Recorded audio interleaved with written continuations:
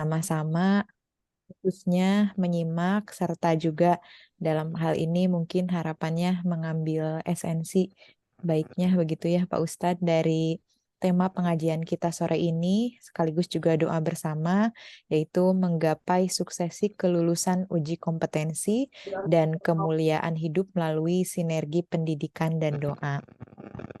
Baik, Bapak Ibu sekalian, mari kita mulai kegiatan kita pada sore hari ini dengan mengucapkan basmalah bersama-sama. Bismillahirrahmanirrahim. Serta untuk yang selanjutnya, tanpa berlama-lama lagi, saya serahkan langsung kepada Pak Ustadz untuk dapat mungkin memulai. Dalam hal ini diharapkan bahwa selain doa yang kita panjatkan, seraya juga mendapatkan keberkahan ya Pak Ustadz untuk kegiatan sore kali ini untuk kita bersama. Amin ya Rabbal Alamin. Mangga Pak Ustadz untuk dapat dimulai. Assalamualaikum warahmatullahi wabarakatuh. Waalaikumsalam warahmatullahi wabarakatuh.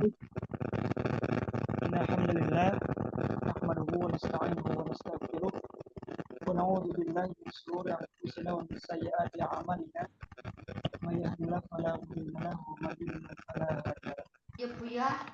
Asyhadu an la ilaha illallah wahdahu la syarika lah wa asyhadu anna Muhammadan abduhu wa rasuluh alladzi la nabiyya ba'da amma ba'd. Qala Allah Ta'ala fil Qur'anil Karim, a'udzu billahi minasyaitonir rajim.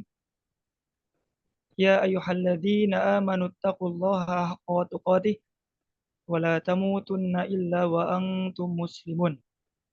Wa qala aidan fi ayati ukhra, wa lanabluwannakum bi syai'in minal khawfi wal ju'i wa naqsin minal amwal wal anfusi was samarat wa basyiris sabirin. Alladzina idza asabathum musibah qalu inna lillahi wa inna ilaihi raji'un. Shadaqallahul azim.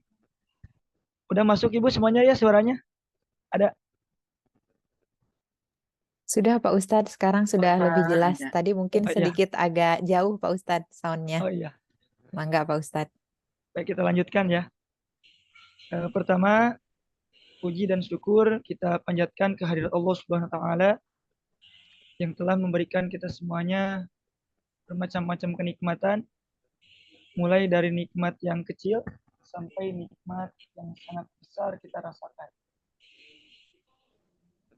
Kita lihat dalam surah Ar-Rahman, Allah Subhanahu wa taala mengucapkan sampai beberapa kali ulangan tentang kenikmatan yang Allah berikan kepada kita sebagai peringatan bahwa kita selaku manusia yang mempunyai sifat anisyan, mudah lupa. Karena hakikatnya yang namanya manusia itu makhluk khata wa nisyan, tempatnya salah dan lupa. Makanya dalam surah Ar-Rahman itu tentang kenikmatan Allah menegaskan beberapa kali ulangan dalam ayat. A'udzubillahi minasyaitonir rajim. Fabi ayyi ala'i rabbikuma tukadziban. Maka nikmat Allah yang mana yang telah kau dustakan? Allah memberikan nikmat kepada kita semua. Hadirin yang dirahmati Allah SWT, sebelumnya mungkin terima kasih atas kepercayaan, amanah yang Ibu semua berikan kepada saya selaku pemateri pada kesempatan kali ini, di mana sebetulnya saya merasa malu ya Ibu di hadapan Ibu semuanya yang sangat luar biasa. Mungkin saya terbilang muda tapi harus berbicara di hadapan Ibu semuanya. Tapi mudah-mudahan ini menjadi kebaikan untuk kita semuanya, karena Rasulullah SAW mengatakan ketika suatu kumpulan di mana kumpulan tersebut dibahas ayat-ayat Allah, dibahas hadis Rasulullah, maka Allah akan memberikan keberkahan, Allah akan memberikan rahmat terhadap orang yang berkumpul pada kumpulan tersebut. Mudah-mudahan kita juga termasuk orang yang mendapatkan keberkahan, maghfirah dan juga rahmat dari Allah SWT. Amin ya Allah ya Rabbal Alamin. Ibu semuanya yang dirahmati Allah Subhanahu wa taala, Kalau melihat tema yang akan dibahas pada kesempatan kali ini, yaitu mengenai ujian kompetensi ya Bu ya. Itu kan Bu? Ya, betul Pak Ustadz. Dan Pak Ustadz mohon izin untuk Ya, suaranya nampaknya tadi audionya sempat agak kurang terdengar jelas Pak Ustadz. oh Menawi gitu. biasa ya lebih Siap, mungkin siap. didekatkan kembali ya. Oh iya, Terima kasih siap. Pak Ustadz. Ya, sama-sama Ibu. Untuk temanya menggapai suksesi kelulusan. Udah jelas Bu ya? Cek. Sudah Pak Halo? Ustadz, ya. Ya. Jelas, Pak. Menggapai suksesi kelulusan ujian, kompetensi, dan kemuliaan hidup melalui sinergi pendidikan dan doa. Ini tema yang luar biasa sekali. Jadi mungkin sebelum ke tema yang akan dibahas ini, ada suatu motivasi dari Allah Subhanahu wa taala kepada kita semuanya selaku orang yang sedang berada di jalan Allah, fisabilillah. Ibu semuanya itu saya yakin ada dalam jalan Allah karena dalam dunia pendidikan ya Ibu ya. Ada tingkatan jihad dan macam-macam jihad di jalan Allah. Jihad yang terbesar yaitu jihad berperang membela agama Allah. Kemudian ada juga jihad yang besar itu adalah ketika seorang sahabat bertanya kepada Rasulullah, "Wa ma jihadul akbar ya Rasulullah?" Apa jihad yang besar selain berperang di jalan Allah? Maka Rasul menjawab, jihadun nafs. Jihad melawan hawa nafsu, melawan diri sendiri yang mungkin kadang suka malas. Kalau dalam bahasa Sunda mah hoream ya Ibu ya, utamanya dalam melaksanakan ibadah. Nah, ada juga tingkatan jihad yang lainnya, yaitu tolabul ilmi, menuntut ilmu yang sedang kita lakukan. Mungkin Ibu di kampus, saya juga sama, berkecimpung dalam dunia pendidikan juga, tapi mungkin lebih menjuruknya lagi Ibu ke kesehatan ya Ibu ya, di kebidanan, itu sama-sama dalam berjihad di jalan Allah. Maka Allah memberikan motivasi dalam surah Al-Mujadilah. A'udzubillahi minasyaitonirrajim. Yarfa'illahu alladhina amanu minkum walladhina utul ilma darajah. Allah akan mengangkat derajat orang-orang yang beriman dan orang-orang yang menuntut ilmu dengan beberapa derajat. Jadi alangkah bahagianya kita sebagai orang-orang yang terus haus terhadap ilmu, apalagi ilmu agama, ilmu umum juga tidak apa-apa, itu sangat luar biasa, maka Allah akan mengangkat derajatnya di hadapan manusia, apalagi nanti di hadapan Allah Subhanahu wa taala. Nah, kita juga mudah-mudahan termasuk pada orang yang diangkat derajatnya oleh Allah Subhanahu wa taala. Amin ya Allah ya mujibas sa'ilin. Hadirin yang dirahmati Allah Subhanahu wa taala, dari tema yang akan dibahas ini, saya akan membahas dulu tentang ujian. Kalau dalam tema ini ujian kompetensi yang mungkin sedang atau akan dilaksanakan Ibu atau sudah? Mau dilaksanakan. Akan dilaksanakan nanti Oh, Senin akan, 24. dilaksanakan ya Ibu ya? Iya. Iya. Senin, Ustaz. Senin, iya, insya Allah ya. Nah, untuk ujian ya Bu ya, ini kan ujian, saya juga dulu mengalami ketika masa kuliah ya, sampai mungkin ketika akan ujian, apa namanya, skripsi juga, saya mengalami hal yang sedemikian. Bagaimana gundah gulananya hati, tidak tenangnya hati menghadapi ujian yang akan dihadapi itu. Nah, kalau konteks ujian ini kita masukkan ke dalam kehidupan kita, maka kalau misalnya Ibu di dekat Ibu ada Al-Quran, bisa dibuka ya Ibu.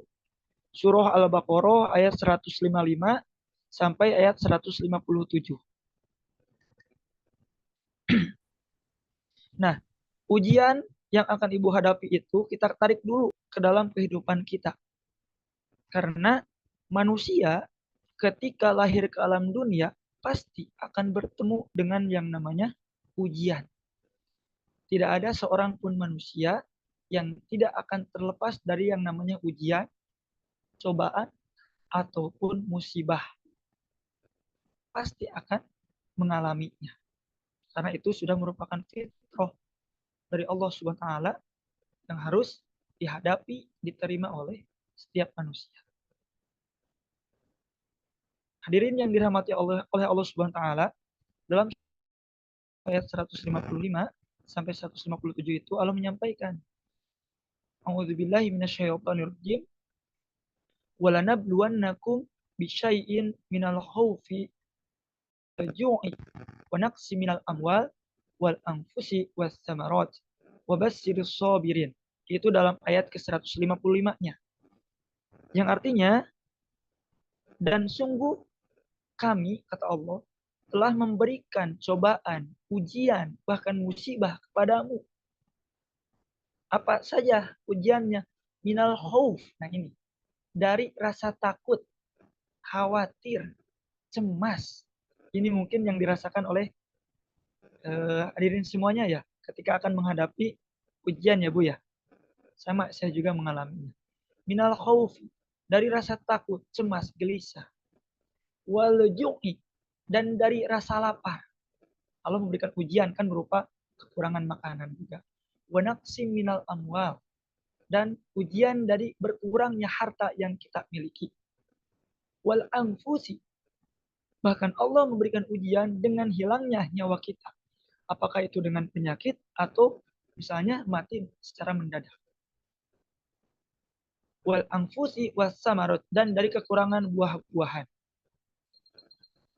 Tapi ketika Allah menguji dengan beberapa ujian yang Allah berikan dalam surah Al-Baqarah ayat 155 ini, dengan ketakutan, kemudian berkurangnya harta, kekurangan makanan, bahkan nyawa. Tapi dalam akhir ayat surah ini, wa basyiris sabirin. Ya, nanti dalam surah Al-Baqarah ini, wa basyiris sabirin. Tapi berikan kabar gembira kepada orang-orang yang bersabar. Jadi intinya, ketika kita diberikan ujian ataupun sedang menghadapi ujian, kalau kita masukkan ke dalam ujian di kampus yang akan ibu semua hadapi ini, tiada kata lain adalah bersabar. Bersabar dalam artian ikhtiar. Ada usaha yang maksimal untuk menghadapi ujian tersebut. Karena yang namanya manusia hanya sekedar bisa merencanakan saja. Tetap hanya Allah yang menentukan segalanya. Tidak ada yang akan tahu hasilnya. Apa hasilnya nanti. Walaupun mungkin ada dosen yang menjadi pengujinya nanti yang akan memberikan hasil, tetap Allah yang menentukannya. Maka dalam ayat yang lain, فَإِذَا عَزَمْتَ فَتَوَكَّلْ عَلَى اللَّهِ. Ketika kamu berazam, kata Allah, ketika kamu ada maksud apapun yang kamu inginkan, fatawakkal 'ala Allah. Bersabar dan bertawakal kepada Allah, berserah diri kepada Allah. Setelah kita berusaha, kita membuat misalnya kalau seperti skripsi ya seperti itu, kemudian akan menghadapi ujian kompetensi, apa yang sudah kita siapkan, maka kita bertawakal atas hasilnya kepada Allah Subhanahu wa taala, karena yang menentukan hanyalah Allah Subhanahu wa taala. Nah, sedikit sejarah yang akan saya sampaikan tentang ujian. Ini sangat berat sekali ujiannya. Yang ujian tersebut menimpa kepada salah seorang nabi, yaitu Nabi Ayub alaihi salam. Di mana Nabi Ayub alaihi salam awalnya itu adalah seorang nabi yang mempunyai harta kekayaan yang luar biasa. Mempunyai keluarga yang harmonis, keturunan juga. Tapi Allah Subhanahu wa taala memberikan ujian. Pertama, tadi wanaksi minal amwal, kurangnya harta, berkurangnya harta. Kemudian Nabi Ayub alaihissalam diuji lagi oleh Allah. Beliau ditinggalkan oleh keluarganya. Kemudian Nabi Ayub alaihissalam diberikan penyakit yang sangat menjijikan, yaitu penyakit kulit. Kalau sekarang mungkin kusta ya. Sehingga Nabi Ayub alaihissalam dikucilkan, diasingkan ke suatu tempat yang tidak ada siapapun di sana. Sementara Nabi Ayub dalam keadaan yang sakit parah. Diasingkan karena takut penyakit yang menimpa Nabi Ayub itu akan menular kepada yang lainnya. Makanya diasingkan. Tapi Nabi Ayub alaihissalam akhirnya beliau bersabar. Yakin ujian ini datangnya dari Allah. Dan Allah akan mengangkat penyakit tersebut, ujian tersebut ketika dia bersabar. Dan akhirnya Nabi Ayub alaihissalam ketika bersabar terhadap ujian yang diberikan kepadanya, maka bisa kembali pulih, bahkan lebih baik lagi dari sebelumnya. Nah itu mungkin untuk gambaran saja, untuk menenangkan hati kita ketika akan menghadapi suatu ujian. Kalau dalam konteks ibu semuanya itu adalah ujian kompetensi yang akan dihadapinya. Asal ada ikhtiar yang sudah dilakukan, kita tinggal bertawakal kepada Allah Subhanahu wa taala. Maka insya Allah hati kita akan merasa tenang. Kemudian kelanjutan ayatnya dalam Al-Baqarah ayat 156, ketika tadi kita ditimpa musibah, mungkin dalam artian ibu semuanya ditimpa musibah, ujian yang rasa takut, rasa khawatir untuk menghadapi uji kompetensi yang nanti hari Senin akan dilaksanakan. Nah, dalam akhir ayatnya ini, dalam ayat 156-nya, Allah menyampaikan, alladzina idza asabatuhum musibah. Ketika seorang yang bersabar itu akan mendapatkan kabar gembira, maka ketika orang bersabar itu diuji, dia mengatakan, qalu inna lillahi wa inna ilaihi raji'un. Diserahkan. Ujian ini diterima oleh kita. Yakin ini adalah datangnya dari Allah atas kehendak Allah. Dan semuanya akan kembali kepada Allah. Maka yakin ibu semuanya akan mendapatkan ketenangan hati. Nah, ada doanya. Nanti di akhir juga kita akan sampaikan. Tapi sekarang juga tidak salah ya. Ketika ibu semuanya merasa hatinya itu tidak tenang. Ketika merasa was-was. Kan yang maha membolak-balikan hati manusia itu adalah Allah. Yakin hanya Allah. Maka doanya, ya muqallibal qulubi, sabbit qalbi ala dinika. Bisa diikuti Ibu. Ya muqallibal qulubi, coba Ibu diikuti. Ya muqallibal qulubi, sabbit qalbi ala dinika. Nah itu. Ya muqallibal qulubi, sabbit qalbi ala dinika. Wahai Allah yang maha membolak-balikan hati, tetapkan, teguhkan hatiku dalam segala urusan apapun, terutama dalam agamamu. Itu. Jadi doa itu bisa diamalkan ketika kita merasa gelisah, tidak tenang terhadap sesuatu, apalagi sedang menghadapi ujian. Nah, kita balik ke surah yang lainnya. Dalam surah An-Nahl ayat 78. Ini berkenaan dengan bagaimana proses penciptaan manusia. Nah, mungkin ini ada sangkut pautnya Ibu dengan keilmuan yang sedang Ibu pelajari sekarang, yaitu tentang kebidanan ya Ibu ya. Bagaimana sebelumnya dalam surah At-Tin. Ini kenapa kita selaku manusia harus merasa yakin? Karena ketika Allah menyampaikan dalam surah At-Tin, laqad khalaqnal insana fi ahsani taqwim. Sungguh kami menciptakan manusia itu fi ahsani taqwim, dalam bentuk yang paling sempurna, yang paling baik. Apalagi dalam ayat lain, Allah itu menjadikan manusia sebagai khalifah, sebagai pemimpin di muka bumi ini. Makanya harus siap dalam menghadapi segala ujian. Kenapa? Manusia diciptakan dalam bentuk yang sempurna, dalam bentuk yang paling baik daripada makhluk yang lainnya. Nah, dalam surah An-Nahl ayat 78, Allah Subhanahu wa taala menegaskan kembali, A'udzubillahi minasyaitonirrajim. Wallahu akhrajakum min butuni ummahatikum la ta'lamuna syai'an wa ja'ala lakumus sam'a wal absar wal af'idah la'allakum tashkurun. Allah menyampaikan dalam proses penciptaan manusia, wallahu akhrajakum min butuni ummahatikum, dan kami telah mengeluarkan kalian manusia dari perut, dari rahim ibu kalian. La ta'lamuna syai'an, dalam keadaan tidak tahu apa-apa. Bu, saya mau bertanya, mungkin ini ada yang sudah jadi bidan atau belum ya Bu ya? Masih di perkuliahan saja? Ada yang sudah menjadi profesi mungkin? Ya, ada Pak Ustadz. Profesi. Oh iya. Jadi ketika seorang bayi lahir ke alam dunia, pastikan dia yang bisa dilakukan hanya menangis ya Bu ya? Iya. Ya, itu kan fitrah ya Bu ya? Tidak ada yang bisa dilakukan kecuali apapun. Makanya dalam surah yang tadi, la ta'lamuna syai'an, tidak tahu apa-apa. Termasuk kita juga sama mungkin dulu ketika lahir. Tapi ketika Allah mengeluarkan kita dalam keadaan lemah, dalam artian itu ya, tidak tahu apa-apa, la ta'lamuna syai'an. Allah memberikan fasilitas yang lengkap. Wa ja'ala lakumus sam'a, yang pertama. Allah memberikan yang namanya telinga yang gunanya untuk mendengarkan.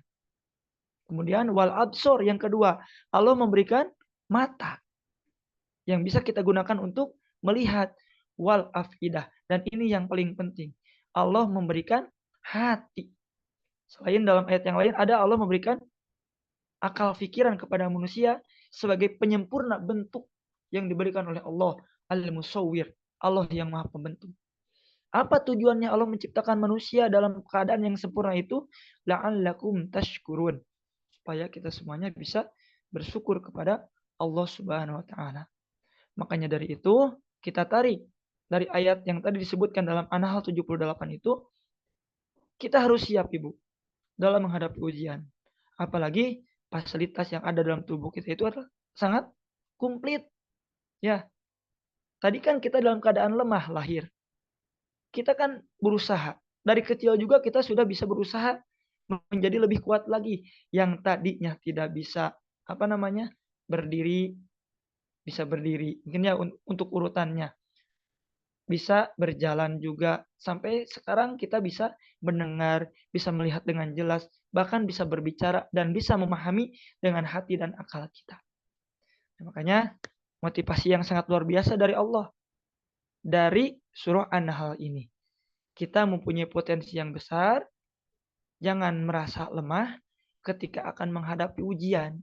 Sebab dalam surah Al-Baqarah juga Allah menyampaikan ujian yang diberikan kepada makhluknya itu, dalam kata kita manusia, dalam arti kita manusia, tidak akan melebihi batas kemampuannya. La yukallifullahu nafsan illa wus'aha. Allah tidak akan menguji manusia di batas kemampuannya. Nah, Ibu kan sekarang akan menghadapi ujian. Apa yang telah Ibu siapkan, saya yakin ketika Ibu sabar, ketika Ibu sudah persiapan dengan matang, bertawakal dengan Allah, maka apa yang akan nanti dipertanggungjawabkan ketika ujian di hadapan dosen itu, penguji itu, Ibu akan bisa dengan lancar melaksanakan ujian tersebut.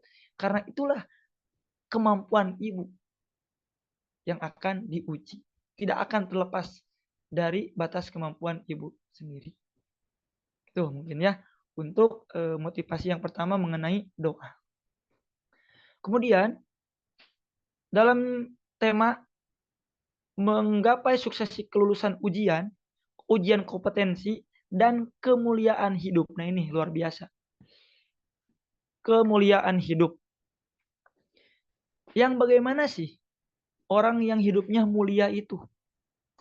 Kalau boleh kita sambil biar santai ya Bu ya. Ibu bisa sambil misalnya memberikan tanggapan. Ibu orang yang mulia di hadapan Ibu semuanya itu yang seperti apa sih Bu? Mangga Bu biasa bisa sambil kita berkomunikasi. Orang yang mulia itu seperti apa sih Bu di hadapan Ibu semuanya?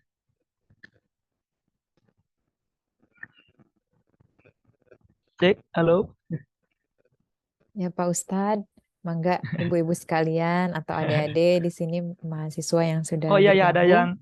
ada yang masih itu ya, belum belum tua ya. Iya, Ah iya. untuk senior ya Pak Ustadz. Ya Di maaf sini maaf. ada, ya betul sekali Pak Ustadz, adik-adik yang kaum milenial, panginten Pak Oh iya. Ustadz. Ya iya iya. Ya, sarang ibu-ibu. Mangga ibu-ibu, barangkali ibu-ibu berkenan untuk bisa menyampaikan opininya Ya. untuk tipe Kemuliaan orang hidup yang ya. betul mulia itu seperti apa menurut ibu-ibu sekalian. Izin Bu Devi, Pak Ustadz, ini Mangga Ibu. merespon. Yang Hmm. mulia itu Mangga yang ibu. bertakwa, panginten Pak Ustadz ya, yang Gimana bertakwa. Ibu? Gimana Yang Bu? dikatakan mulia di mata saya, mungkin dianggap mulia itu ketika orang itu bertakwa, gitu Pak Masya Ustadz. Allah. Betul Ibu, sangat betul sekali. Betul sekali Ibu. Ya, betul sekali ya Ibu. Dan juga ada mahasiswa. Nah, jadi orang yang mulia ya. Mulia itu dalam artian dihormatkan Ibu ya, di pandangan manusia. Tapi apakah kita itu ingin dipandang hormat hanya di hadapan manusia saja? Atau bahkan kita itu ingin dipandang hormat, dimuliakan oleh Allah? Artinya kalau saya bertanya seperti itu, kita ingin dimuliakan di hadapan manusia dan di hadapan Allah. Bukan ya? Kemuliaan. Kemuliaan yang kita inginkan. Nah, betul tadi Ibu mengatakan bahwa orang yang mulia, yang paling mulia itu adalah orang yang bertakwa. Ya, orang yang bertakwa kepada Allah Subhanahu wa taala. Nah, baik. Dalam apa namanya? Hadis dikatakan orang yang mulia itu akan lebih orang yang mulia, maaf, orang yang bertakwa itu akan lebih dihormati oleh manusia bahkan oleh Allah. Itu Rasul menyampaikan inna akramakum indallahi atqakum. Itu, Bu. Sesungguhnya orang yang paling mulia di hadapan Allah itu adalah orang yang bertakwa kepada Allah. Nah, makanya ketika kita ingin mulia, syarat pertamanya kita harus menjadi seorang hamba yang bertakwa. Apa sih orang yang bertakwa itu? Takwa itu suatu tingkatan yang atas dari seorang manusia di hadapan Allah. Makanya kenapa mulia di hadapan Allah. Kalau dari segi bahasa kan takwa itu artinya al-khauf, takut, malu. Kalau dalam istilah, melaksanakan segala perintah Allah dan Rasul-Nya dan menjauhi larangannya. Makanya orang yang bertakwa itu pasti akan senantiasa mendahulukan urusan agamanya. Mendahulukan urusan agamanya bukan artinya melupakan urusan dunia. Tapi justru Allah pun memerintahkan manusia untuk senantiasa mencari bagaimana dunia yang sudah disediakan oleh Allah. Wabtagi fima ataqallahu darul akhirah wala tansa nasibaka minat dunia. Silakan kamu berlomba-lomba dalam mencari kehidupan akhirat dengan cara bertakwa menjadi orang soleh. Wala tansa nasibaka minat dunia. Dan jangan kamu melupakan urusan di dunia. Urusan kamu ketika di dunia. Belajar, bekerja, bermuamalah yang lainnya. Tapi ketika kita sudah mendapatkan keduniaan tersebut, jadikan apa yang sudah kita miliki di dunia ini sebagai bekal untuk nanti kita selamat di akhirat. Makanya itu menjadi orang yang bertakwa. Nah, orang yang bertakwa dapat didapatkan salah satunya oleh orang yang suka melaksanakan saum. Saum yang wajib udah pastikan saum Ramadan. Ada lagi saum-saum sunnah, Bu ya. Apa saja Bu saum sunnah, Bu? Saum Senin dan Kamis ya bisa. Ada juga kemarin ketika tanggal 9 Zulhijjah sebelum melaksanakan kurban ada saum Arafah. Kemudian ada juga saum-saum yang lainnya. Nanti tanggal 10 Muharram ada saum Asyura. Nah, orang yang saum ini dalil yang sangat sudah terkenal dalam bab saum ya ketika saum Ramadan, surah Al-Baqarah ayat 183. Ya ayyuhalladzina amanu kutiba alaikumusiyam kama kutiba 'alal ladzina min qablikum la'allakum tattaqun. Wahai orang-orang yang beriman, telah diwajibkan atas kamu berpuasa sebagaimana telah diwajibkan kepada umat sebelummu. Apa tujuannya? La'allakum tattaqun, supaya kamu semuanya bisa bertakwa, mendapatkan gelar takwa. Nah, ini gelar paling tinggi di hadapan Allah Subhanahu wa taala. La'allakum tattaqun, supaya kalian semuanya menjadi orang yang bertakwa, mendapat gelar muttaqin di hadapan Allah Subhanahu wa taala. Hanya jelas Ibu tadi betul sekali, orang yang paling mulia di hadapan Allah adalah orang yang bertakwa. Karena kalau kita memandang dengan sudut pandang manusia, orang yang mulia itu, maaf, contohnya misalnya, ada seorang presiden lewat di hadapan kita, pasti kita akan senantiasa menghormat beliau. Ada orang yang punya jabatan yang tinggi, ada orang yang punya hartanya luar biasa banyaknya. Orang terhormat di sekitar kita, pasti kita akan menghormati beliau. Salah tidak? Tidak salah. Tidak salah. Tapi ada yang lebih luar biasanya lagi, yaitu orang yang bertakwa. Sudah kaya, punya jabatan, kemudian dia bertakwa, maka bukan hanya di hadapan manusia, tapi dia akan dimuliakan juga di hadapan Allah Subhanahu wa taala. Hadirin yang dirahmati oleh Allah Subhanahu wa taala, kemudian ada suatu ayat dalam surah Al-Imran ayat 102 tentang orang yang bertakwa. Ya ayyuhalladzina amanu taqullaha haqqa tuqatih wa la tamutunna illa wa antum muslimun. Wahai orang-orang yang beriman, bertakwalah kepada Allah dengan sebenar-benar takwa. Jadi jangan takwanya itu hanya sekedar baju saja, bukan hanya sekedar luarnya saja, tapi haqqa tuqatih, dengan sebenar-benar takwa. Wala tamutunna illa wa antum muslimun, dan janganlah kamu mati kecuali dalam keadaan muslim, dalam keadaan Islam, yang artinya Islam itu selamat.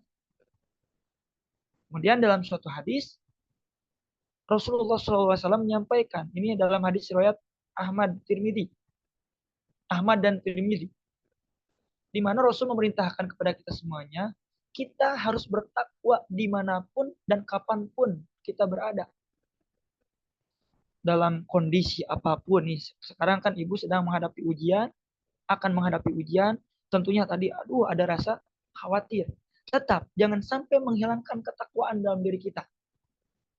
Gara-gara kita takut, khawatir akan menghadapi ujian, sampai kita lupa terhadap Allah. Tidak ada takwa dalam diri kita. Rasul menyampaikan, ittaqillaha haitsuma kunta. Bertakwalah kalian kepada Allah haitsuma kunta, dimanapun kalian berada. Wa atbi'is sayyi'atal hasanah, dan ikuti setiap kesalahanmu itu dengan kebaikan. Tamhuha, maka kebaikan itu akan menghapuskan segala kesalahan yang telah kamu perbuat. Itu. Jadi intinya, ketika dimanapun kita berada, kapanpun keadaannya, tetap teguhkan dalam diri kita ketakwaan. Yang tadi, sabit qalbi ala dinik, ya muqallibal qulub, sabit qalbi ala dinik.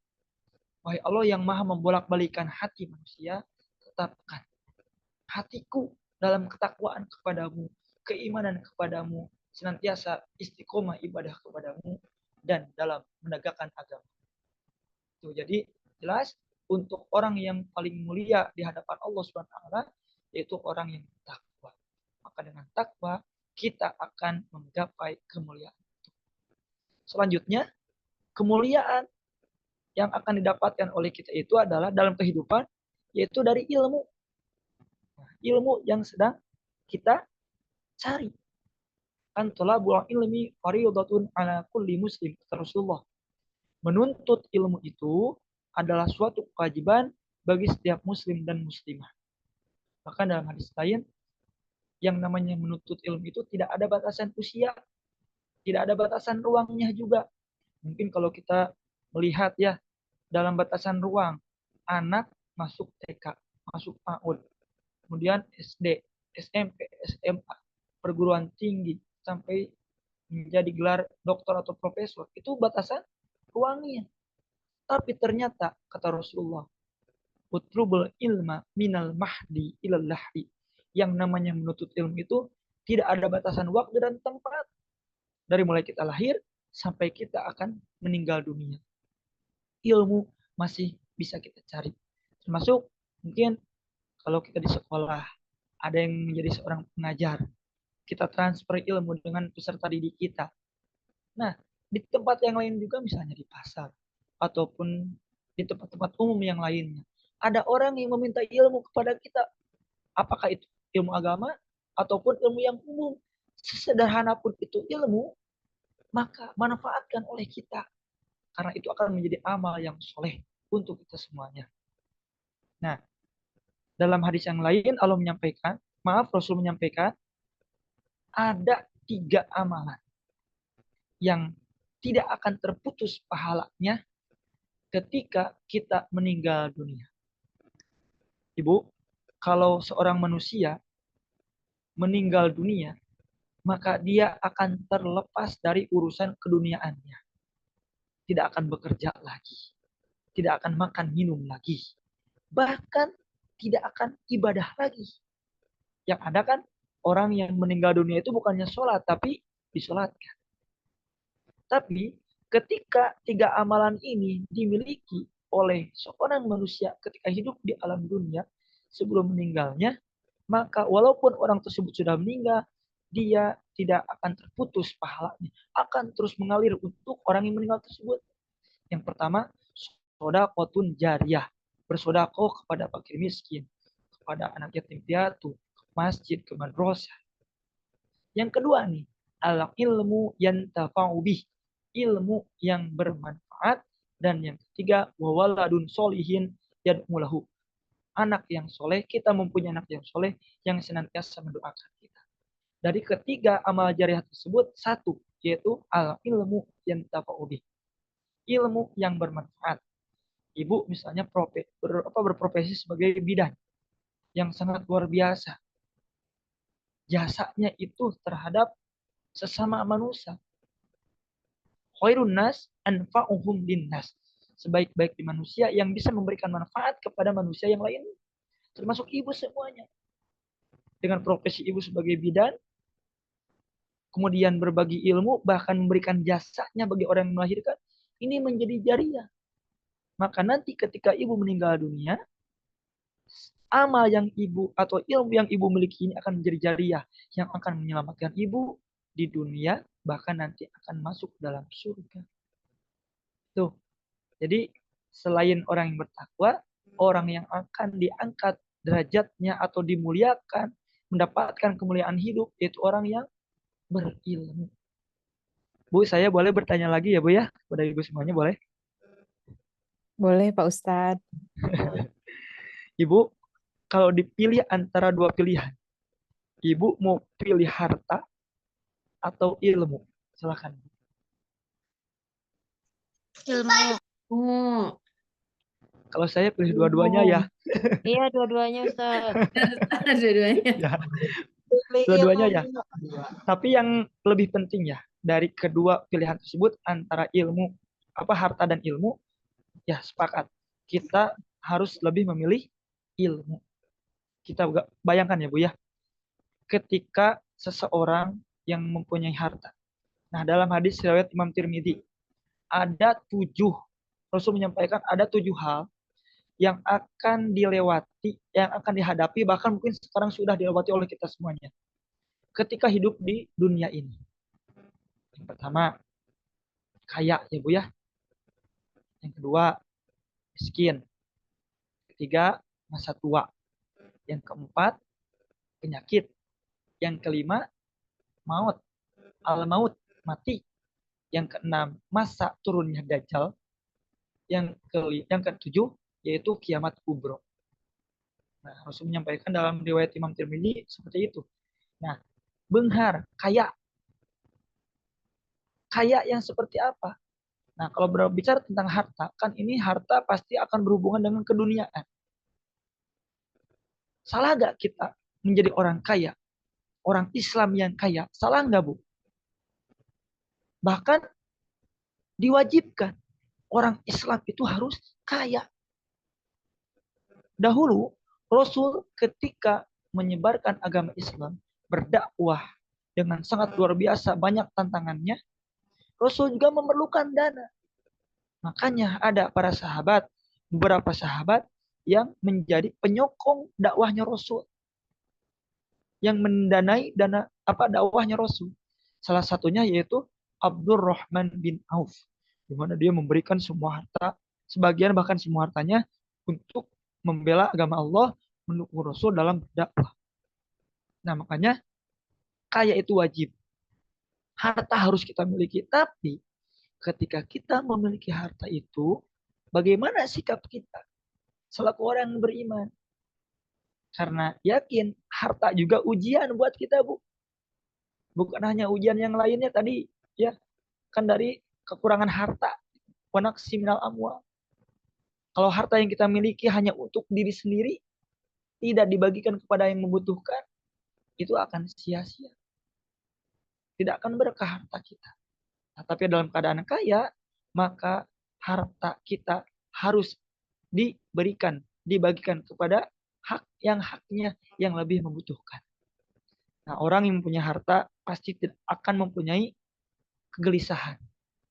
Tidak akan tenang. Nih, saya misalnya punya tanah atau punya sawah, punya kolam ikan yang sangat luas.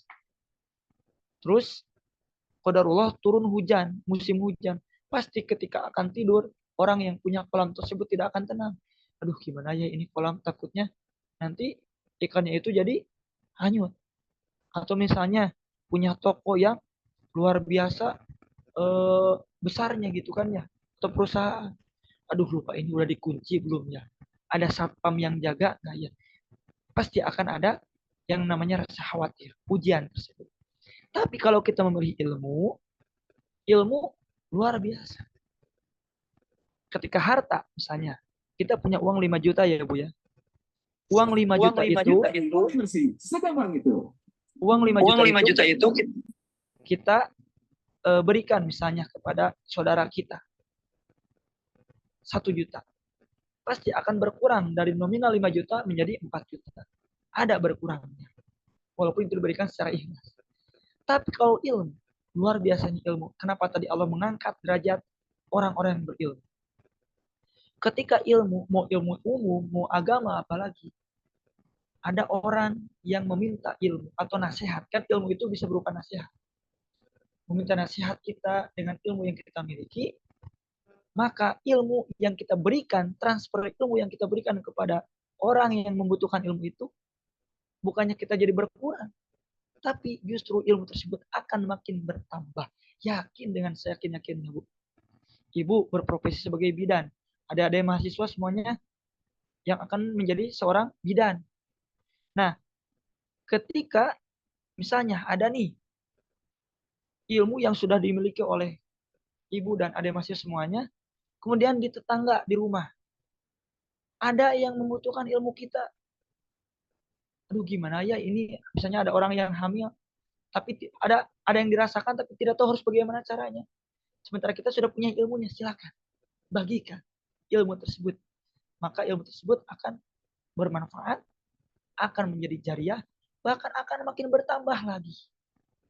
Maka ilmu lebih didahulukan.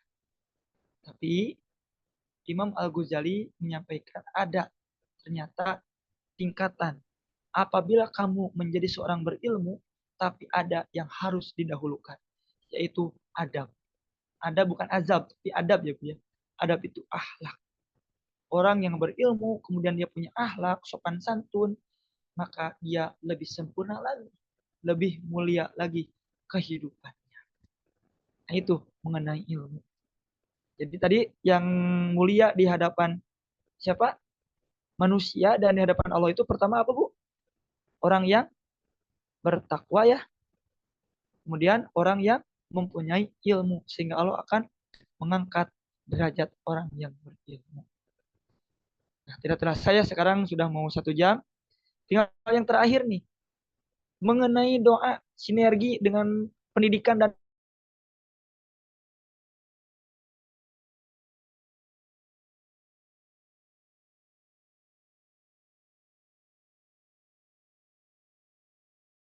pendidikan. Nah, kita langsung bahas saja dengan doanya. Bab doa. Ibu yang dirahmati Allah Subhanahu wa taala, mengenai doa. Salat. As-salatu. Salat.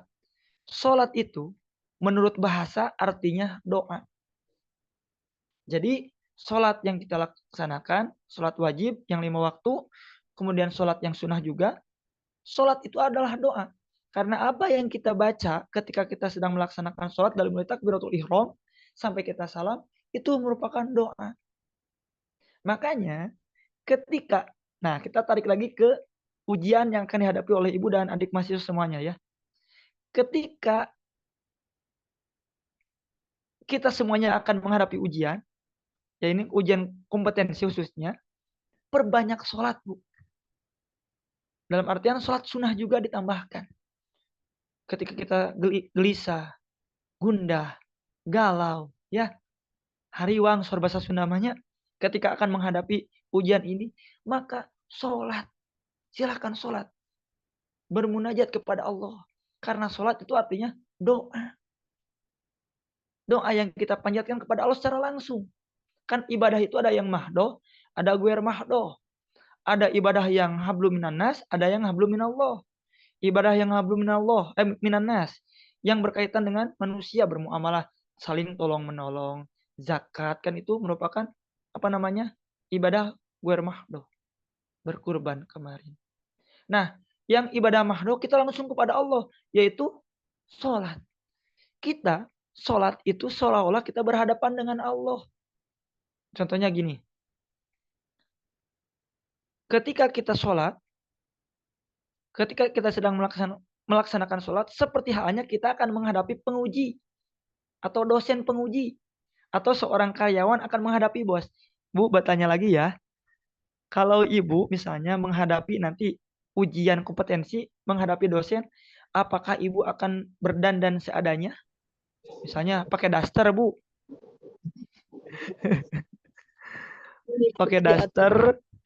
pakai daster, pengen lamun pamaget mah pengennya disasarung di kokolor. Pakai kolor enggak ya, Bu ya? Pasti akan dengan penampilan yang terbaik. Nah, sholat juga sama. Ibaratnya Allah itu sebagai bos kita, sebagai dosen kita. Ketika kita akan sholat, maka pakaian kan Rasul ketika akan sholat, beliau bersuci dulu dengan berwudu.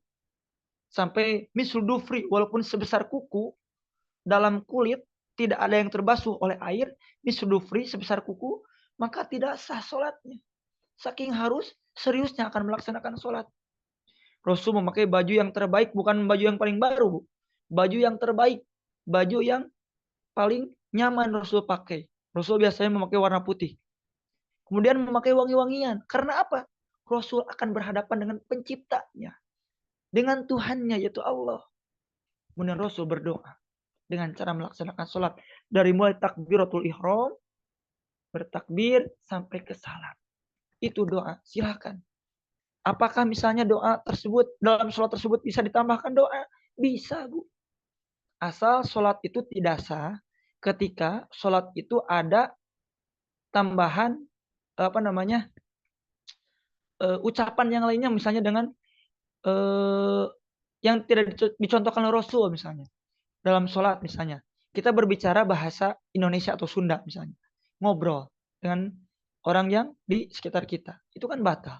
Tapi kalau menambahkan doa, contoh misalnya dalam sujud terakhir, setelah subhana rabbiyal a'la, maka ditambah dengan doa-doa yang lainnya seperti tadi, ya muqallibal qulub sabit qalbi ala dinik, kemudian doa-doa yang lainnya, ataupun misalnya dalam hati pakai bahasa Indonesia, Allah Maha mengetahui.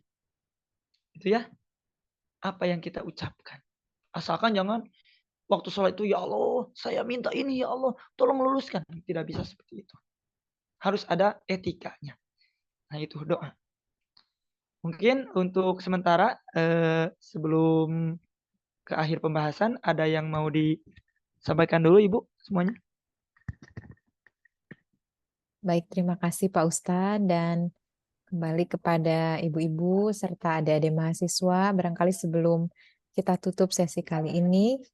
Pak Ustadz memberikan kesempatan, barangkali ibu-ibu ada yang mungkin ingin sharing atau mungkin ada hal yang ingin ditanyakan, disilahkan. Silakan, Bu. Saya Mungkin, menjawab sebisanya, Ibu ya.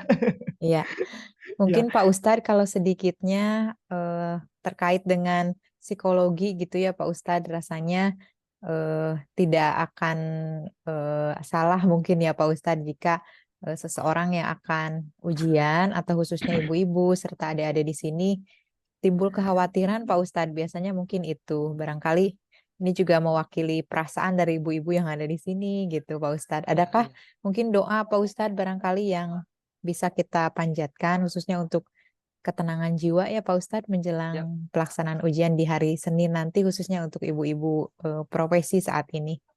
ya, siap. Baik, pastinya Ibu, saya juga merasakan ya hal yang Ibu semua rasakan, psikologis yang mungkin menjadi tidak tenang ya akan menghadapi ujian tersebut. Kembali lagi yang tadi Ibu doa, Bu. Yakin Allah itu memberikan ujian dalam kehidupan kita tidak akan terlepas dari batas kemampuan kita. Termasuk ujian kompetensi ini. Mungkin kalau disederhanakan seperti ini. Ibu misalnya membuat suatu makalah. Misalnya, suatu makalah yang akan dipresentasikan. Itu kan udah persiapan ya Bu ya. Makalah yang Ibu buat, atau mungkin kalau di perkuliahan ada skripsi ya Bu ya. Judul yang sudah Ibu siapkan, makalah yang akan Ibu presentasikan, dipertanggungjawabkan, diujiankan itu, pasti sesuai kadar kemampuan Ibu juga. Dan saya yakin, ketika Ibu yakin dengan diri sendiri, sebelumnya melakukan ikhtiar dengan cara belajar, terus dengan rajin ya Bu ya, membaca gitu kan. Gini, Rasulullah Bu, Rasulullah Nabi kita dulu ujiannya sangat luar biasa, termasuk ketika menerima wahyu. Sampai Rasul merasa khawatir yang luar biasa. Berlari Rasul setelah bertahanus di gua Hiro. Berlari ke istrinya Siti Khadijah. Jamiluni, jamiluni, jamiluni ya zauji. Ya zaujati. Selimutilah aku wahai istriku Khadijah. Sampai Rasulullah berkeringat dingin, Bu. Saking dia khawatirnya. Kenapa? Nih, kemudian diuji ketika akan menerima wahyu, ketika malaikat Jibril, Ruhul Amin, menyampaikan wahyu kepada Rasulullah, dia suatu tempat yang sangat gelap gulita, Rasul bertemu dengan makhluk yang asing. Bu, kalau sekarang Ibu bertemu di suatu tempat dengan jin misalnya, gimana Bu? Takut gak Bu? Takut. Nah ini kan, walaupun malaikat ya, Nabi Muhammad juga sama merasa takut. Nah ini contohnya misalnya akan menghadapi ujian. Gelisah. Sampai Rasul jamiluni. Wahai Khadijah, selimuti aku. Aku takut. Nah Ibu juga kan ini gambaran seperti itu. Nah kemudian ketika Rasul langsung diperintah oleh malaikat Jibril yang diperintah oleh Allah secara langsung untuk menguji Rasulullah, kan yang pertama kali dikatakan oleh Jibril, diperintahkan oleh Jibril kepada Rasulullah, Muhammad iqra, yang artinya Muhammad bacalah. Sampai 3 kali ulangan malaikat Jibril memerintah kepada Nabi Muhammad, iqra, bacalah. Apa yang dikatakan Nabi Muhammad? Ma'ana biqori'in. Saya tidak bisa membaca. Karena Nabi Muhammad Rasulullah ummi, Bu. Buta huruf, tidak bisa membaca. Seperti kita gini kan buta huruf bisa berbicara, bisa ngobrol, tapi kalau membaca teks atau bacaan tidak bisa ya. Nah, Nabi Muhammad seperti itu. Iqra kata Rasul, kata malaikat Jibril, ma'ana biqori'in, saya tidak bisa membaca. Kemudian turunlah surah Al-Alaq ayat 1 sampai 5. Nah ini yang menjadi motivasi buat kita semuanya. Ketika kita ingin menghadapi sesuatu, contoh ujian ini ya, pastinya kan kita harus membaca dulu. A'udzubillahi minasyaitonirrajim. Bismillahirrahmanirrahim. Al-Alaq ayat 1 sampai 5, Bu, yang menjadi wahyu pertama. Iqra, bacalah. Ya, Iqra, bacalah. Bismi rabbikal ladzi khalaq, dengan menyebut nama Tuhanmu yaitu Allah yang telah menciptakanmu. Makanya Bu, ketika Ibu nanti akan menghadapi ujian, apa yang pertama kali harus Ibu bacakan? Bismillah. Mulai dari rumah, berangkat mengendarai yang naik motor, naik mobil. Bismillahi majreha wa mursaha. Bismillahi tawakkaltu 'alallahi la haula wala quwata illa billah. Kan bertawakal kepada Allah. Fa idza ajamta fatawakkal 'alallah. Sok bertawakal. Bismillahirrahmanirrahim. Rasul pun ketika dengan cara membaca yang tadinya Umi membaca, akhirnya kan Rasul sekarang dulu Rasul sampai mendapatkan yang namanya gelar Fatona, cerdas. Padahal sebelumnya Rasul itu Umi, tidak bisa membaca. Nah, kemudian doanya Bu, yang paling harus Ibu kuatkan dalam diri Ibu semuanya atau adik-adik semuanya, ada mahasiswa yang tadi ya muqallibal qulub. Ya muqallibal qulub. Ya, Sabbit qalbi ya, ala dinik. Sabbit qalbi ala dinik. Ya itu Bu. Jadi kan gini, Ibu pernah merasa senang, Ibu pernah merasa sedih, Ibu pernah merasa gembira, bahkan sakit hati. Ya, itu. Siapa yang membolak-balikan hati kita? Allah. Sekarang Ibu sedang merasa galau, gelisah, hariwang cenanya akan menghadapi ujian ini. Tapi Allah yang akan meneguhkan hati kita. Ya muqallibal qulub. Ya muqallibal qulub. Wahai Allah yang maha membolak-balikan hati kita. Sabbit qalbi. Tenangkan hatiku. Tetapkan hatiku dalam menghadapi ujian ini. Dalam menghadapi cobaan ini. Ala dinika, utamanya dalam agamamu. Karena Bu, ujian yang terbesar kalau diibaratkan ya dibandingkan. Ujian yang akan Ibu hadapi ini ada ternyata yang lebih besar, yaitu ujian tentang agama kita. Ya, agama kita. Nah, ini mah kalau di pandangan Allah sangat kecil. Tapi tetap kita manusia akan merasakan rasa gelisah. Fitrahnya manusia. Itu mungkin Ibu. Ya, baik, terima kasih Pak Ustadz untuk dalam hal ini mungkin tadi ya Pak Ustadz ada banyak hal yang telah kita dapatkan dari segi juga persiapan mungkin telah dilakukan oleh ibu-ibu serta adik-adik sekalian serta mudah-mudahan dikuatkan dengan tadi ya Pak Ustadz ada doa tersendiri yang dapat kita panjatkan untuk memohon kelancaran serta kemudahan pada saat ujian. Sekali lagi kami ucapkan terima kasih Pak Ustadz dan sebelumnya juga alhamdulillah sudah bergabung di sini ada Ibu Kaprodi, Ibu Maya. Ibu, Assalamualaikum. Waalaikumsalam Pak Ustadz, Bu Devi, Ibu Sadayana, ya. Ya, baik. Ya, terima kasih mungkin Bu Devi sebelum tadi nanti di akhir sesi ingin dipimpin doa bersama Pak Ustadz ya. Ya, insya Allah Ibu. Ya, mangga. Mungkin gini ya Bu ya, untuk bab doa ya Bu. Doa itu kan kita akan berdoa kepada Allah sesuai doa kita masing-masing mungkin ya. Ya. Saya lupa boleh ya sedikit lagi yang akan disampaikan Bu ya? Boleh Pak Ustadz, mangga. Ini bab doa ya. Bagaimana supaya kita bisa diterima doa oleh Allah? Ya, kan doa itu ada yang langsung diterima oleh Allah, ada yang ditangguhkan, bahkan ada yang ditolak ya Bu ya. Kalau doa yang diterima oleh Allah itu biasanya doa orang yang soleh. Para nabi kan ya. Nabi Muhammad dulu, Nabi Nuh, pokoknya para nabi pasti akan diterima doanya. Contoh Nabi Muhammad dulu. Ketika musim kemarau di Mekah, Nabi Muhammad berdoa, "Ya Allah, Allahumma agisna, turunkan hujan." Maka Allah menurunkan hujan di Mekah. Tapi ternyata hujan tersebut turun secara terus-menerus. Yang tadinya kemarau akhirnya jadi hujan terus. Kita kan manusia suka seperti itu. Udah minta ini, minta yang lain gitu kan ya. Ya Allah, dirasa cukup kata Rasulullah. Hujan yang turun ke kota Mekah. Ya Allah, pindahkan. Saya berdoa kepadamu, pindahkan hujan itu ke tempat yang lain yang membutuhkan air secara langsung. Awan yang mendung itu pindah ke tempat yang lain. Nah itu. Jadi doa yang akan diterima salah satunya doa orang yang soleh. Maka dalam diri kita pun saya tidak memimpin doa sekarang. Mudah-mudahan saya juga termasuk orang yang soleh ya Bu ya, yang bisa dijawab doanya. Nah Ibu semuanya juga yakinkan dalam diri kita, bukan hanya kita meminta dari Allah, tapi kita pun harus memberikan kepercayaan kepada Allah bahwa kita ini adalah orang yang soleh, yang akan dikabulkan doanya. Kemudian syarat kedua akan diterimanya doa. Sebelum berdoa, kita harus memuji dulu Allah. Memuji Allah dengan asmaul husna-Nya. Memuji Allah dengan segala penciptaannya. Itu ya Bu ya. Yang ketiga, kita berdoa sebelum kita misalnya berdoa itu ingin lulus ujian ini. Sebelum kita mengatakan kepada Allah, ya Allah, saya ingin diberikan kelancaran dalam ujian ini, maka kita doakan dulu orang yang ada di sekitar kita. Bahkan mungkin gini Ibu ya, kan ada berapa orang yang akan mengikuti ujian? Sekitar 50-an ya? 50 orang. Iya, Ibu benar. Ibu saling mendoakan.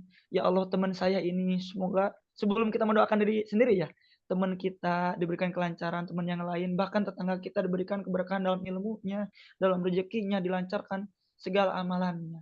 Baru setelah itu kita berdoa, ya Allah, saya meminta kepadamu, saya diberikan kelancaran, utamanya dalam menghadapi ujian ini, termasuk dalam urusan-urusan yang lain. Nah, itu mungkin Ibu. Termasuk doa juga ya bisa kita panjatkan bukan hanya dengan bahasa Arab saja. Kalau bahasa Arabnya seperti dalam Al-Quran ya, ada doa-doa Nabi Ibrahim, doa yang Nabi Muhammad, dalam hadis juga ada. Tapi Allah itu Sami'un Alim, maha mendengar, maha melihat, maha memahami juga. Mau dengan bahasa Jawa, mau dengan bahasa Sunda, Indonesia, silakan bisa berdoa. Itu mungkin Ibu. Iya, laras Pak Ustadz, mohon hatur nuhun pencerahannya. Mungkin sedikit Pak Ustadz sebelum ditutup ya untuk ibu-ibu Ya. semuanya, karena ibu-ibu akan hari Senin ya untuk proses ujiannya. Jadi dari sekarang diistirahatkan otaknya, diistirahatkan badannya gitu ya.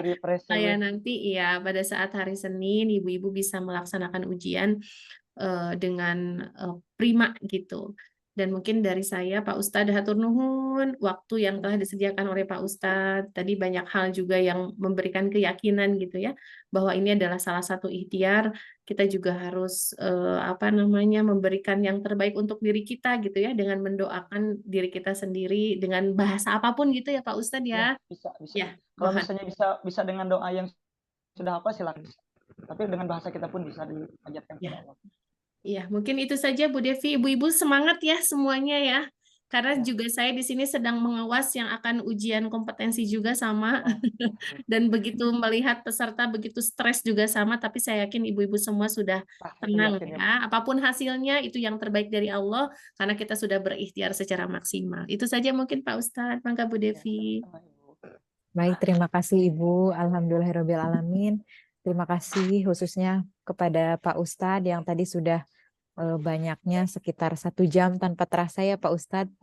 Kita bersama-sama menyimak serta mudah-mudahan tentunya esensi yang bisa kita dapatkan adalah keberkahan ya Pak Ustadz terhadap apa yang sudah kita perjuangkan. Ibu-ibu sekalian selama kurang lebih beberapa bulan ke belakang sudah sangat juga mungkin berusaha dalam hal ini untuk mendapatkan hasil yang terbaik. Amin ya rabbal alamin. Baik, ibu-ibu sekalian serta Pak Ustadz, untuk khususnya kami ucapkan terima kasih. Ibu-ibu, mungkin ini adalah penghujung ya ibu-ibu bahwa di kegiatan yang telah dilalui, lalu juga persiapan, tentunya harapan kita bersama pada hari Senin untuk ibu-ibu khususnya diberikan kesehatan, kelancaran, serta dapat mengikuti kegiatan uji kompetensi dengan hati yang tenang. Tentunya seperti itu ibu-ibu sekalian. Baik, mari ibu-ibu serta Pak Ustadz kita akhiri dengan mengucap hamdalah untuk sesi kali ini. Alhamdulillahirrabbilalamin. Baik, terima kasih ibu-ibu sekalian. Kami tutup untuk sesi kali ini. Sekali lagi terima kasih Pak Ustadz. Wabillahi taufiq wal hidayah. Wassalamualaikum warahmatullahi wabarakatuh. Waalaikumsalam warahmatullahi warahmatullahi wabarakatuh.